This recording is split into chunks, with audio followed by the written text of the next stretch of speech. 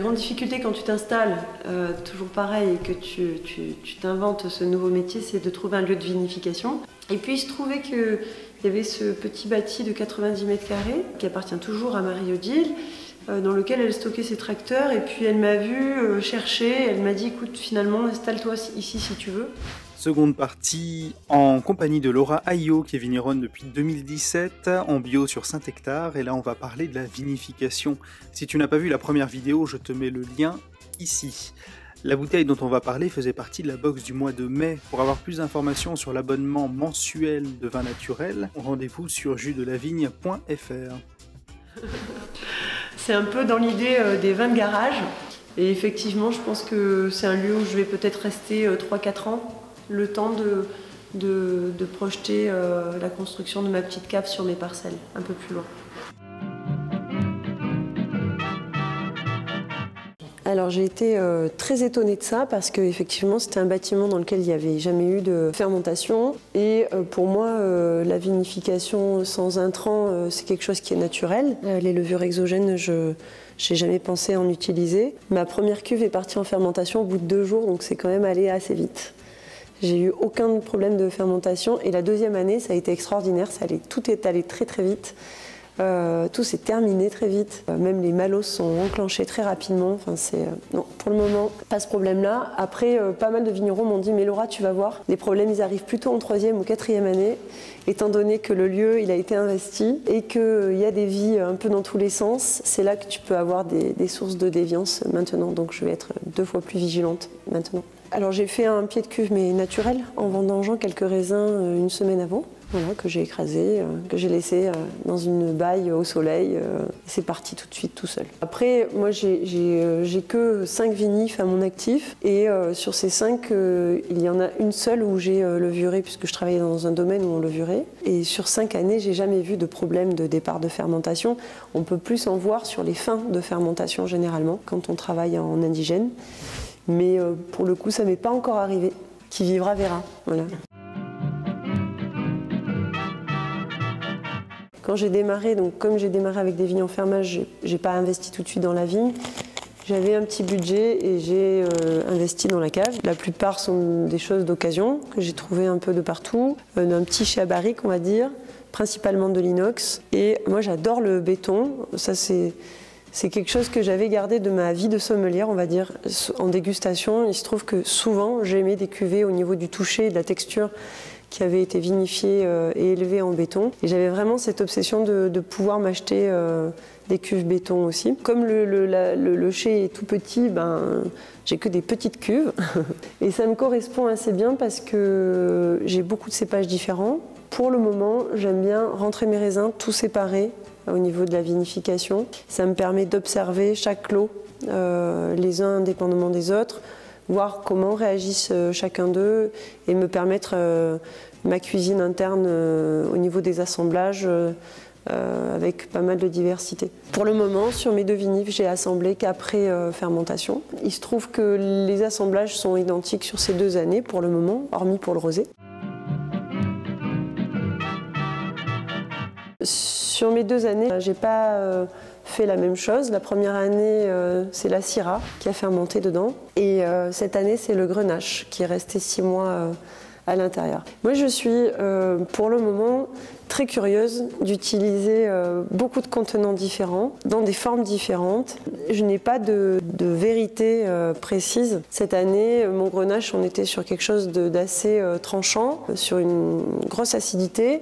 Je me suis dit que de le passer 6 mois en œuf béton pourrait peut-être lui permettre une certaine rondeur, de l'assouplir. Et je crois que ça a fonctionné. L'année dernière, j'étais sur un Grenache très riche, déjà puissant.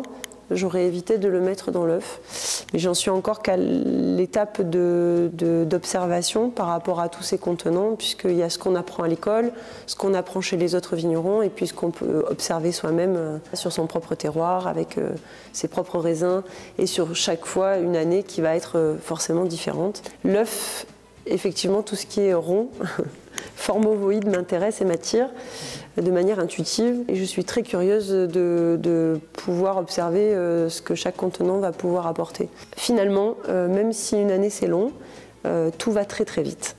Et je pense qu'il faut vraiment de longues années avant de pouvoir tirer de vraies conclusions sur les choses, pouvoir tester, retester, comparer.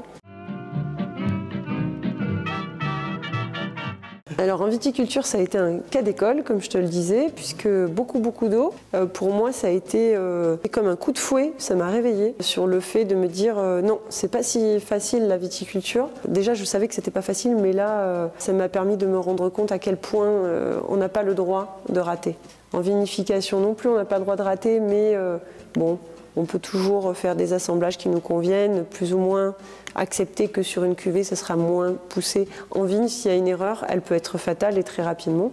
Donc ça a été difficile pour moi et ça m'a permis par contre d'avancer beaucoup plus. Quand c'est difficile, on avance. En vinification, ça a été le paradis. J'ai vendangé plus tôt que ma première année. J'avais déjà, en réaction à mon premier millésime, une grande envie de faire des vins qui seraient plus sur de la fraîcheur, avec un profil plus frais. Et il se trouve que Dame Nature, elle nous a amené ça, puisque cette année, on n'avait pas de grosse maturité dans les vignes, pas de gros degrés d'alcool. Du coup, j'ai vendangé et les vinifications ont été très rapides, fluides, sans arrêt. Mes vins ont été prêts très rapidement. Alors je pense qu'il ne faut pas que je prenne ça pour un absolu, puisque a priori ça ne se passe pas toujours comme ça. Mais les fermentations, elles étaient assez intenses, intéressantes et satisfaisantes. Quand je parle de fraîcheur, je parle plus de l'équilibre sucre-acide plutôt que de vendanger plus tôt. Je me suis rendu compte sur mon premier millésime que malgré des niveaux d'alcool très poussés, en 2017 ça a été une année très solaire, très chaude, donc, et moi j'étais pas prête dans mon chai, donc j'ai vendangé un petit peu tard. Je me suis rendu compte que malgré tout, mes vins gardaient de la fraîcheur parce qu'on a des pH très intéressants ici, dus au sol, on est sur des sables, sur du safre, on est à 350 mètres d'altitude. Des conditions climatiques qui permettent d'avoir des pH très intéressants. Ça, c'est quand même une valeur que l'on a en Luberon Sud, dans ce coin. Et je me suis dit, heureusement que j'ai ces pH parce que ça permet quand même une tenue de mon niveau d'alcool qui est assez élevé et de ne pas faire que des vins trop lourds et trop riches. Du coup, j'avais cette connaissance-là et pour mon deuxième millésime, je me suis rendu compte que le niveau d'alcool, on ne peut pas l'ignorer, on est dans le sud, il faut accepter que l'on fasse des vins solaires, mais il faut quand même arriver à trouver le bon moment de récolte au niveau des acidités. C'est une vinification relativement simple puisque j'ai donc récolté mes syrahs, mes grenaches et mes muscats de Hambourg que j'ai travaillé en pressurage direct, en grappe entière, non éraflée. Ça aussi, ça a été quelque chose que j'ai bien aimé cette année, c'était travailler plus avec la rafle et garder la rafle dans le process pour l'ensemble des cuvées. Le mou est parti en cuve, fermentation spontanée qui est partie assez rapidement puisque j'avais déjà une cuve de blanc qui fermentait dans la cave, donc ça a aidé. Et au niveau de l'élevage, on est resté en cuve inox pendant 6 mois, tout simplement. J'ai fait des essais de vinification rosée en barrique cette année pour observer et voir si on pouvait aller vers des rosés sur des profils un petit peu différents. J'ai fait cet essai-là que j'ai écarté pour le moment. Je le dis parce que pour moi, le rosé, c'était un vin que je ne ferais jamais au départ, surtout sur une si petite surface, parce qu'en tant que sommelière, je n'étais pas quelqu'un qui aime le rosé suffisamment pour avoir envie d'en produire. Et finalement, la première fois que j'en ai fait, je me suis rendu compte que j'ai autant aimé le vinifier que du blanc, que du rouge, que de toute façon, à partir du moment où ça fermente, ça m'intéresse. Et que me pencher vers un profil de rosé qui serait plus adapté sur un temps de repas, en le pensant en accord mes vins et à manger, dans ce cadre-là, le rosé m'intéresse. Donc pour moi, voilà, avoir un profil de rosé vineux avec de la matière, de la richesse et de la complexité, pourquoi pas. Alors je ne sais pas si je l'ai complètement réussi, mais... Et si je dois continuer à faire du rosé, ça sera dans cette idée-là du vin. C'est peut-être un peu en réaction avec ce phénomène de grande production de rosé en Provence, qui finalement est nécessaire puisque ça répond à une vraie consommation, à un vrai besoin. Et puis finalement on fait du rosé en Provence, pourquoi pas. Après, moi je suis plutôt dans un profil de vigneronne artisanale et identitaire. Et pour le moment j'ai besoin de faire des choses que j'aime. que j'aimerais consommer, qui me correspondent et qui me ressemblent. Donc a priori, le rosé, c'était pas un vin avec lequel j'ai une affinité particulière, puisque par défaut, je bois du blanc, je bois du rouge et c'est ça qui m'intéresse. Après, découvrir le rosé comme un vrai vin, et pourquoi pas? Pourquoi ça serait pas un vrai vin? Finalement, prendre le contre-pied de cette histoire de rosé piscine ou de que rosé désaltérant, qui finalement fait qu'on oublie un peu le fait que c'est du vin, ça peut m'intéresser aussi. Par défaut, sans parler du vin, je viens quand même du monde de la restauration et de l'artisanat. Donc pour moi, le bien manger, le bien boire et le bien vivre, c'est une vraie recherche et un vrai besoin. C'est un chemin de vie. Donc effectivement, travailler des vins qui se veulent le plus naturel possible, sans faire, sans être extrémiste en ce sens, c'est pour moi fondamental. Après, j'ai appris chez quelqu'un qui vinifie de cette manière. Donc c'est un peu comme si on m'avait appris l'alphabet comme ça. Je fais des vins dans cette idée de manière très, très simple et naturelle, sans en faire une religion. Je ne suis pas fermée sur le fait de pouvoir utiliser certains intrants chez les autres. Moi, je n'en utilise pas et j'espère que j'aurai jamais besoin de le faire. C'est une croyance, c'est une filiation, c'est une évidence.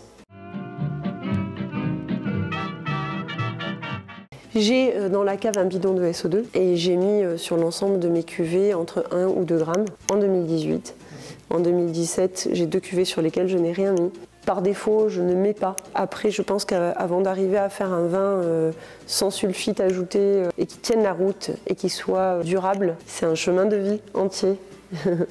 Moi, pour le moment, je fais des cuvées qui sont bues dans l'immédiateté et qui ont des petits moments de vie. Donc effectivement, en ce sens, j'ai moins besoin de rajouter du SO2 que d'autres personnes peut-être qui font des vins qui demanderaient à vieillir et à tenir sur une plus longue période. Les cépages, je les ai donnés. Syrah, Grenache et un tout petit peu de muscat de Hambourg. C'est la cuvée entre deux eaux. Effectivement, moi j'adore la cire. Donc j'ai la mauvaise idée de cirer toutes mes bouteilles. Pour le moment, j'en fais moins de 10 000, mais peut-être qu'un jour je le regretterai. J'ai voulu parler des éléments, puisque dans la vigne, je me suis rendu compte, enfin dans la terre, on vit avec ces éléments et on travaille avec ces éléments. Et on va dire que, de toute évidence, chez moi, le 5e, c'était la femme. Et comme j'ai la chance de connaître un super artiste qui s'appelle Bruno Dir, et qui lui dessine depuis toujours et a fait des tas de portraits de femmes, il m'a laissé utiliser certains jolis dessins pour illustrer chaque élément, on va dire. Ce rosé, pour moi, est plutôt un rosé de repas parce qu'il a une certaine complexité. On est plutôt sur des notes florales.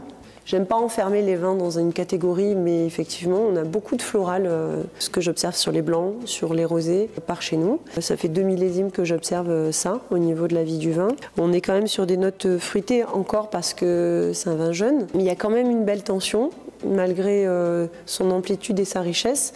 Donc ça peut très bien fonctionner en début de repas, en apéro, mais c'est bien de l'agrémenter, de manger un petit peu avec. Je pense que ça peut très bien marcher sur des salades, un petit peu relevées, des plats asiatiques, sur des viandes blanches, ça peut bien marcher. Voilà, sur des poissons frais avec des petits légumes. J'ai faim.